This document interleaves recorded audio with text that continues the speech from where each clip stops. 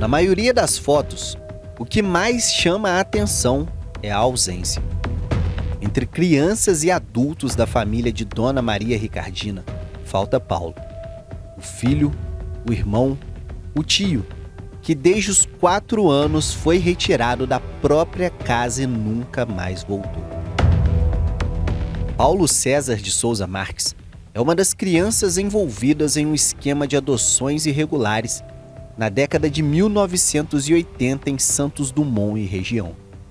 Estima-se que mais de 170 crianças de cidades da Zona da Mata tenham sido levadas à força para fora do país, e dessas, mais de 100 seriam de Santos Dumont.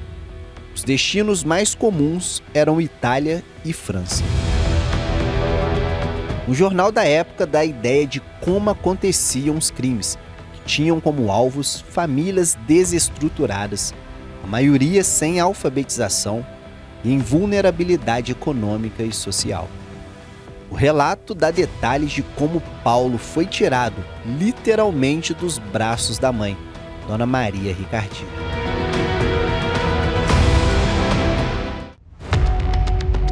Segundo a viúva, naquele dia Paulo César estava brincando no quintal da vizinha ao lado, quando chegaram os oficiais de justiça, Celso Mari, José do Patrocínio Moreira e um outro homem apenas identificado como Jerônimo, que lhes disseram estar ali para levar os seus filhos, Paulo César e Sebastião de Souza Marques. Sebastião conseguiu escapar pelos fundos e ela se atracou com os oficiais, segurando Paulo César. Por último, ela, agarrada a um dos braços da criança e os homens a outro, travou um verdadeiro cabo de guerra, mas a força deles venceu e o garoto foi levado. Na sequência do relato da própria matéria do jornal, o juiz responsável da época ainda teria feito ameaças a Ricardina, dizendo que iria interná-la em um, abre aspas, hospital de doidos, se ela não o deixasse cumprir a lei, fecha aspas. Era aqui, exatamente nesse prédio, onde funcionava o único fórum da cidade de Santos Dumont na época, em que as adoções irregulares ganhavam um ar de legalidade e uma celeridade incomum. Há exemplos de casos em que o processo de adoção começava na parte da manhã e terminava na parte da tarde do mesmo dia. As investigações apontaram um esquema fraudulento com a participação e conivência de advogados, comissário de justiça, oficial de justiça e também do juiz que atuava na época, além de cartórios da cidade. Parecia que o fórum somente vivia em função das adoções, o que obrigou ao presidente da Ordem dos Advogados a denunciar, em um documento assinado por quase todos os profissionais da cidade, as autoridades de Belo Horizonte, dando ciência de que os processos não tramitavam mais e se arrastaram por anos e anos, enquanto que os de adoção saíam em menos de uma semana, sendo que houve casos de uma adoção ser feita em menos de 24 horas. A maioria das vítimas em Santos Dumont morava nos bairros Vila Esperança e Quarto Depósito. No início de abril de 2025, ou seja, mais de 40 anos depois das adoções irregulares, a Justiça condenou o Estado de Minas Gerais e a União a indenizarem 5 vítimas do esquema. Segundo decisão da terceira turma do Tribunal Regional Federal da 6ª Região, 3 mães, incluindo Dona Maria Ricardina, terão direito a receber R$500 mil cada um, e 2 irmãos de uma das crianças, R$150 mil cada. A soma chega a quase R$2 milhões, porém, a decisão ainda cabe recurso. O entendimento do juiz federal Glaucio Ferreira Maciel foi celebrado por Maria Concebida Marques, filha de Ricardina e irmã de Paulo César. Por anos, ela trava uma luta por justiça e pelo sonhado reencontro com o irmão. Maria concedeu uma entrevista ao Portal 14B e relembrou como Paulo foi tirado de casa, como a família lidou com a ausência, os desdobramentos, como a vida seguiu e as diversas tentativas de localizar o irmão, que hoje se chama Paul Rogue e mora na França.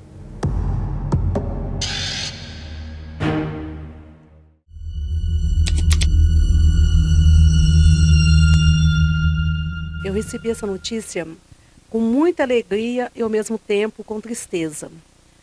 Porque é uma coisa assim que move uma dor que nós carregávamos há muitos anos. Então foi muito bom que, apesar de ter mais de 40 anos, né, essa situação, e esse processo que eu fiz agora, já tem 10 anos, isso não foi agora, foi 10 anos, e depois de 10 anos foi julgado, né, a gente perdeu na primeira, o juiz que julgou achou que deveria ser estava prescrito, e o segundo, do segundo tribunal, a gente ganhou, né, mas agora o Estado já se manifestou, né, que vai recorrer. A União ainda não manifestou, diz que vai analisar ainda a situação. E a gente está aguardando. Foi muito bom saber que temos justiça, dependente do tempo que passe, né? Que a justiça ela sempre vence, o bem sempre vence. Isso foi muito importante para nós, poder também, de certa forma, agora, tirar essa história da gaveta. É muitos anos essa história dentro de gaveta e muitas pessoas aqui em Santos Dumont, né, sabem dessas histórias e isso fica só nos bastidores. Então agora ela chegou, a mídia veio, né, foi na hora certa que isso aconteceu, na era da internet, né? Antes era de boca a boca, agora não, o mundo inteiro pode saber dessa nossa história.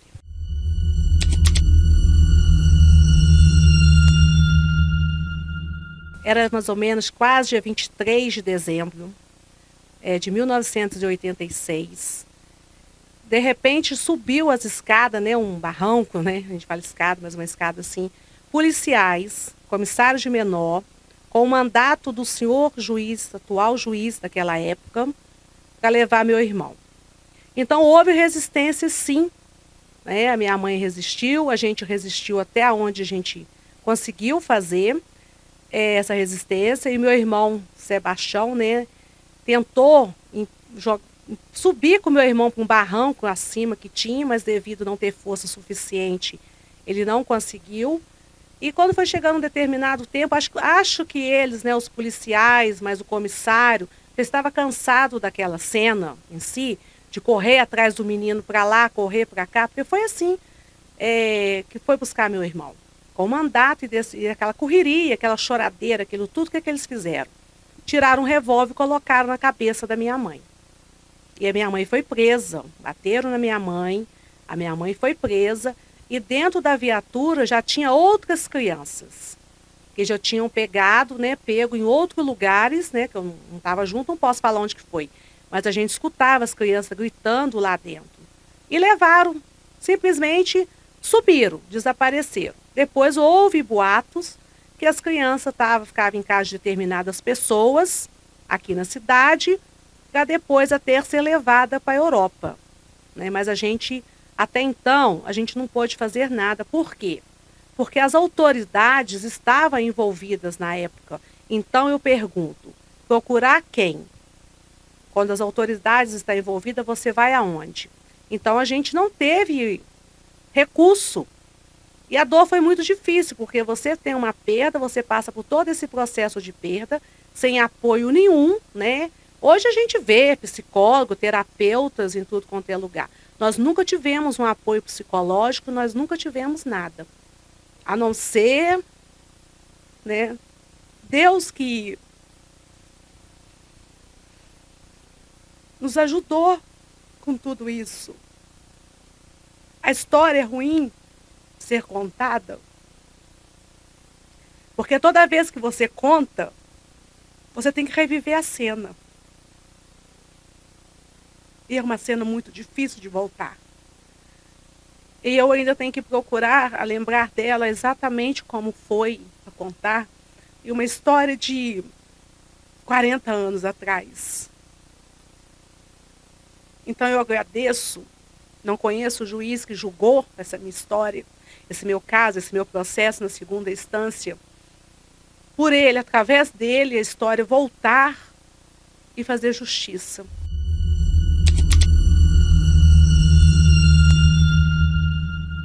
Olha, essa situação foi muito dolorida para minha mãe. A minha mãe, né, talvez pelo fato dela ser analfabeta, ela nunca soube o que é uma interdição. né? Então eles interditaram a minha mãe. Teve médicos envolvidos, porque para ter uma interdição tem que ter médicos. Só que o que me chama a atenção é o seguinte: interditaram a minha mãe, mas só que a minha mãe, na época, tinha pai vivo. O meu avô morava em zona rural, a minha mãe registrada no nome do meu avô e tudo mais. E o meu avô tinha posses, tinha bens materiais que podiam cuidar da minha mãe e cuidar dos filhos. Lógico que a lei naquela época não é como hoje, né? A gente está na mídia, as coisas é mais fácil. O povo brasileiro e o povo, né, mundial hoje é muito mais esclarecido, né? Mas por isso que eu falo, se as autoridades daquela época realmente queriam fazer caridade, entre aspas, por que que então não foi procurar o meu avô lá na roça, né, na zona rural, e comunicar os fatos de como a situação da minha mãe aqui na cidade de Santos Dumont e nos ajudar de fato? A minha mãe realmente sofreu e sofre muito, mas eu admiro a minha mãe. A minha mãe é um espírito muito forte, porque a minha mãe nunca desejou mal para esse povo que fez isso tudo com ela. Porque moram na cidade, né? Alguns estavam na cidade, as autoridades aqui da cidade. É uma história que as pessoas com mais de 50 anos lembram dessas histórias e elas são contadas só nos bastidores, né? Então não é muito segredo para ninguém. E a minha mãe nunca desejou mal para ninguém. A minha mãe sempre falava e fala que só queria ver o filho dela. Hoje, depois de tudo que a minha mãe passou, realmente, hoje a minha mãe se tornou uma pessoa incapacitada de cuidar dela em certas coisas, tipo fazer uma comida, tomar um banho. Hoje a minha mãe realmente precisa de tudo isso, de todos esses cuidados, como a maioria de certos idosos que vão precisando durante a vida do idoso, né? E esse idoso que nunca sofreu um trauma desse precisa de ajuda hoje, imagina uma pessoa que passou por toda essa situação. Realmente ela precisa de ajuda hoje. Aí eu te pergunto, nós temos ajuda? Ajuda do Estado, ajuda da cidade? A minha mãe já teve um tempo dela sentir a falta dele. Hoje ela está com 79 anos. A minha mãe já ficou sentada anos numa porta da cozinha com um cachimbo, né? Que ela gostava de fumar cachimbo, agora ela não fuma mais. Esperando o Paulo César, olhando para o nada. Que um dia ele ia subir aquelas escadas. E ela ia encontrar ele. Então ninguém sabe a dor que é você ficar anos e anos sentada no mesmo lugar e achar que aquela pessoa vai voltar. E se passaram mais de 40 anos e meu irmão não voltou. Né? E hoje ele se encontra no sul da França. É onde a gente já fez uma chamada de vídeo, que ele fez uma chamada de vídeo. E mostrei ele a minha mãe. Olha a dor que causou. Como ela não acompanhou o crescimento dele, não acompanhou nada, ela não reconheceu aquele menino na chamada de vídeo, que hoje é um homem, que era filho dela. Então, gente, essa indenização que está prevista, né, para a União, o Estado pagar, né, que vai recorrer, não paga esse sofrimento. Mas é uma forma que a vida deu de tirar essa história da gaveta.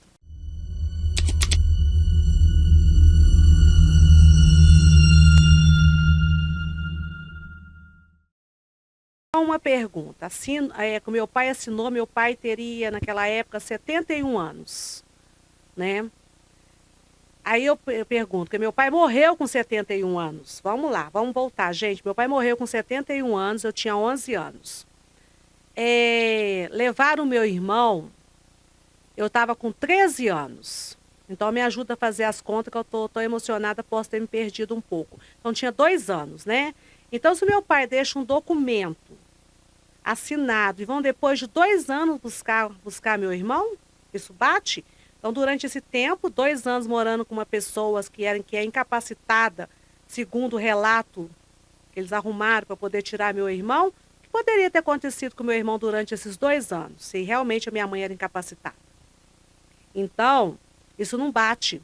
E por que foram interditar minha mãe para levar meu irmão, sendo que já tinha um documento assinado, que falam que o meu pai tinha um documento, deixou um documento assinado. E eu me lembro muito bem, meu pai morreu, hoje eu sei que foi com CA no esôfago. Meu pai estava em cima de uma cama. Então pensa bem, mais de 40 anos, uma pessoa em cima de uma cama, que não tinha acesso à saúde como tem hoje. Como meu pai deixou um documento assinado? Por que eles não apresentaram o documento assinado pelo meu pai e sem precisar interditar a minha mãe? Aonde está esse documento? Se esse documento existe, né? Ele está lá arquivado no processo, me mostra o documento, então.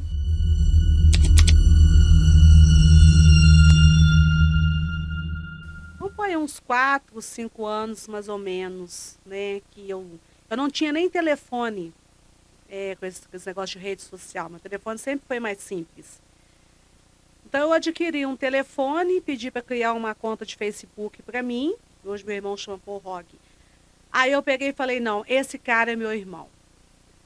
Aí ali a gente começou, ele fez um primeiro contato comigo, sem eu ver o rosto dele assim, sem chamada de vídeo, né? Era até no Facebook de uma conhecida minha, depois eu tive o meu telefone, passou para o meu. E quando foi um dia, eu falei com ele assim, vamos fazer uma chamada de vídeo? Né? Falei assim, traduzindo, gente, porque eu não falo o idioma dele, nem ele fala o meu. Aí fizemos uma chamada de vídeo. Aí que eu fui ver o rosto dele, realmente. Foi assim, foi uma emoção muito grande, sabe? Acho que tanto para ele quanto para mim. Não tem como te explicar, não tem como descrever essa emoção.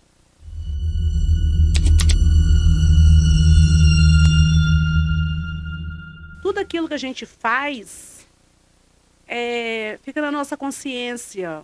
E eu acredito que essas pessoas hoje não têm uma consciência tão tranquila em relação a tudo isso. Então, sinceramente, vou ser sincero para vocês e para todos que estão ouvindo e vão ver as imagens, eu não sinto nada. Eu não tenho sentimento nenhum. Não sinto nada por eles. Não sinto raiva, não sinto ódio, não sinto nada.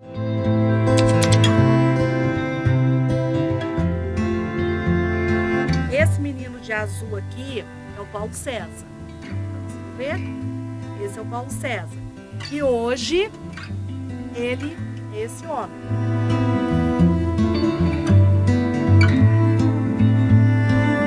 Esse sem camisa aqui, não sei se vai dar pra ver, porque é a única foto que a gente tem.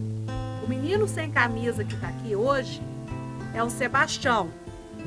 Que hoje, ele é esse homem.